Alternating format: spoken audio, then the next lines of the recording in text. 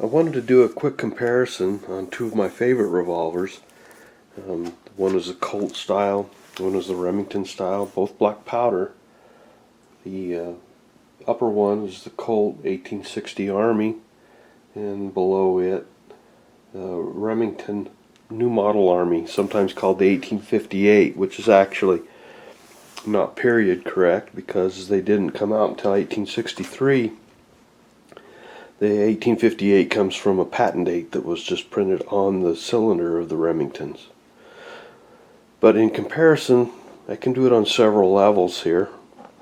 One, of course, is Colt to Remington. The other is Pietta to Uberti. The Colt upper one is Pietta, the lower one is Uberti. And then historically, you can look at them and see. I couldn't decide, so I own both, among others. The Colt has its great lineage, and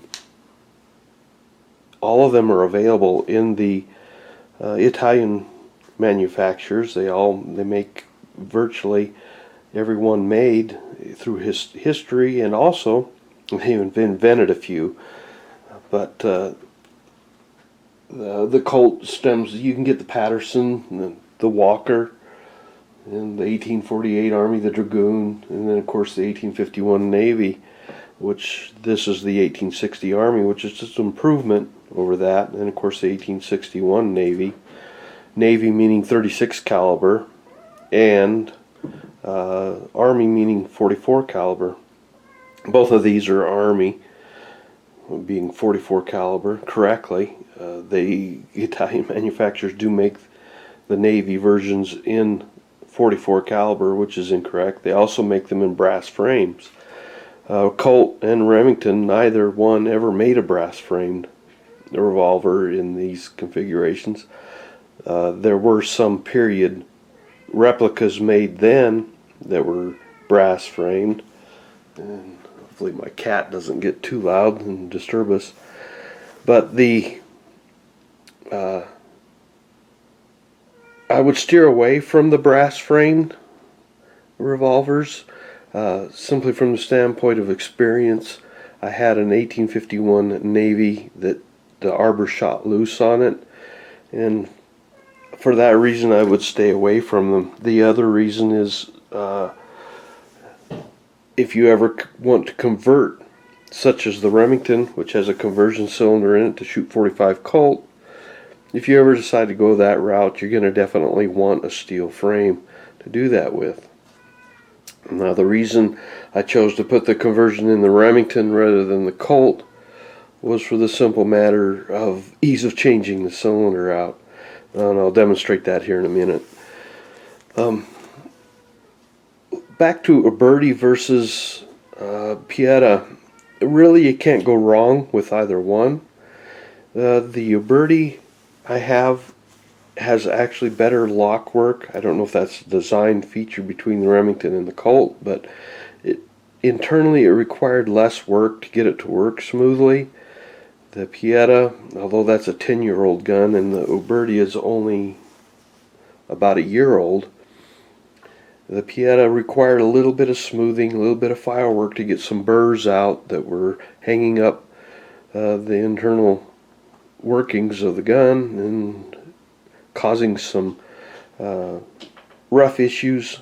And even on the ramrod, you can see some wear there, and the burrs had to be smoothed out in order to stop it. Well, to just increase its function and make it smoother. Now, like I say, if you want to spend a few extra dollars and get the Uberti, you can. Usually they do run a few dollars more. I think that's due to their better, generally, fitment, not necessarily finish, because there are some rough spots on this Uberti. A few, I don't know if you could even show up, but there are some scratch marks that came from the factory. Actually, some pitting and scratches on, they just didn't get polished out in the barrel, and other parts that they didn't disturb me that much, not enough. but I went ahead and picked it up just to the feeling. The action of it was incredibly smooth. Between the Remington and the Colt, how about that? Well, the Colt is known for locking up due to caps jamming up the gun. Works, but I've had the Remington style do that also. Of course, with the conversion cylinder, that's not a problem, but I shoot it both ways. It's a simple matter to pop in this black powder cylinder that it came with. And incidentally, this is a Howell conversion cylinder. It was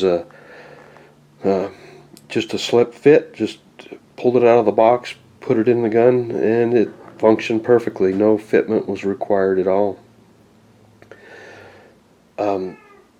Looks wise, I would prefer the Colt. The Colt has a beautiful lines. It's a beautiful gun. The engraving on the roll engraving on the cylinder of the battle scene, typical of Colts.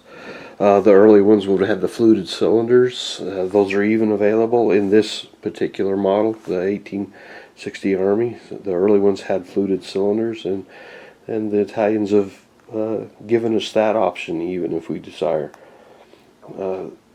Strength-wise, the Colt to the Remington is claimed to be stronger due to its top strap. However, the arbor on the Colt is quite substantial. And as far as that goes to taking them apart, the Colt is somewhat more difficult just to the fact that the barrel comes off. But the other side of that is it's easier to clean.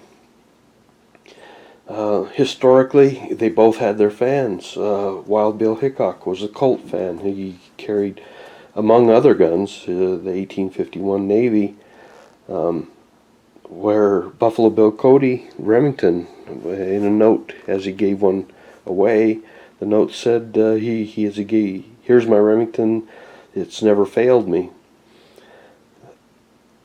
I think the Remington definitely is a more user-friendly firearm. It doesn't foul quite well. Actually, it does foul with its smaller pin. The pin does foul somewhat, and I'll show you what I mean there.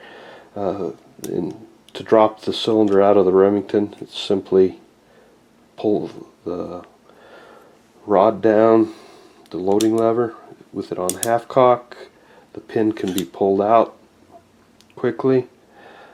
The cylinder rotated out of the firearm, and we're ready to reload it, or in this case, that's how I do the reloads. We pull off the back cap here. You see it lines with the pin and the arbor pin, and reload your 45 Colt into it, leaving one cylinder empty. It says there is no safety notch in this as there is in the original cylinder. We have safety notches here between, so you could load 6 and place the hammer on the safety notch, and we can see we can just transfer it right back to black powder configuration. Slip the cylinder in, and once we get it lined up, pin drops in, loading lever goes up, and we're ready to fire. And then there's that halfway notch that the hammer can rest in. Basically locks the gun up completely. Ready to fire, cock it, fire it. The Colt, on the other hand, somewhat more difficult to extract, as it has a wedge in it that holds it together. It also does have the safety notch halfway between. It's actually a pin that rides in a little notch on the hammer. But to remove it, you have to drive this wedge out. Now I've already loosened the wedge, so I can force it out with my thumb, pull it out with again, put it on half cock, and if the barrel is tight, we can rotate the cylinder so that it's halfway between, and then force the barrel right off.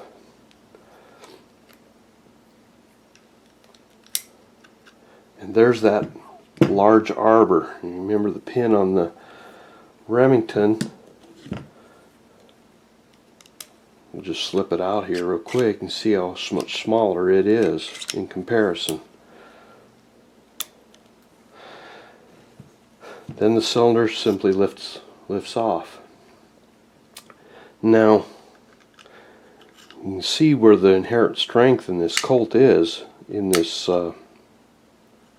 huge arbor it has with the grooves to prevent fouling, which the Remington was noted for fouling, and it does. After about 12 shots of black powder, it's time to clean the pin on that. However, with the conversion cylinder, I can use smokeless powder. Trail Boss is what I use. Cowboy loads are permissible, and I actually download the cowboy loads, even go about 5% under them with the Trail Boss powder, in order to keep it under 800 feet per second is what I shoot for. Now normally I will tap that in a couple of taps to tighten things up before I fire it. In a little bag I just keep my spare cylinders in. But there you have it, two extremely fun firearms to shoot if you are interested in black powder. And of course, remember, they can be converted. Now, it does cost quite a bit to get the cylinder. There at this time about $200 probably, or maybe even a little bit more. And you can get carried away and get these conversion cylinders with a loading gate, and then have to have some gunsmith work done on your firearm, and then you don't have to remove the cylinder at all.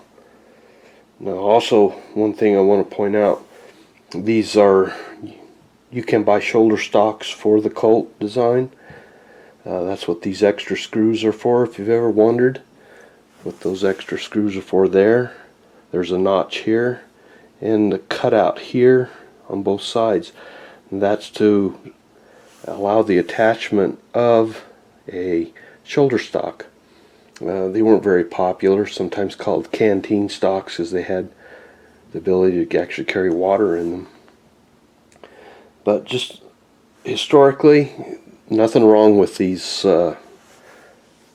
Italian replicas, and I would urge you to get one if you don't have one, and if you do have one, go ahead and have fun with it. Even if it's the brass frame do run a little less in the pocketbook, it won't hurt you quite as bad, but historically not completely correct, even though particularly in the Remington. And just be warned, keep your loads light in those, and you should never have any problems with them. But for now, we'll call that good. One more thing, the Italians also make this wonderful style of gun, the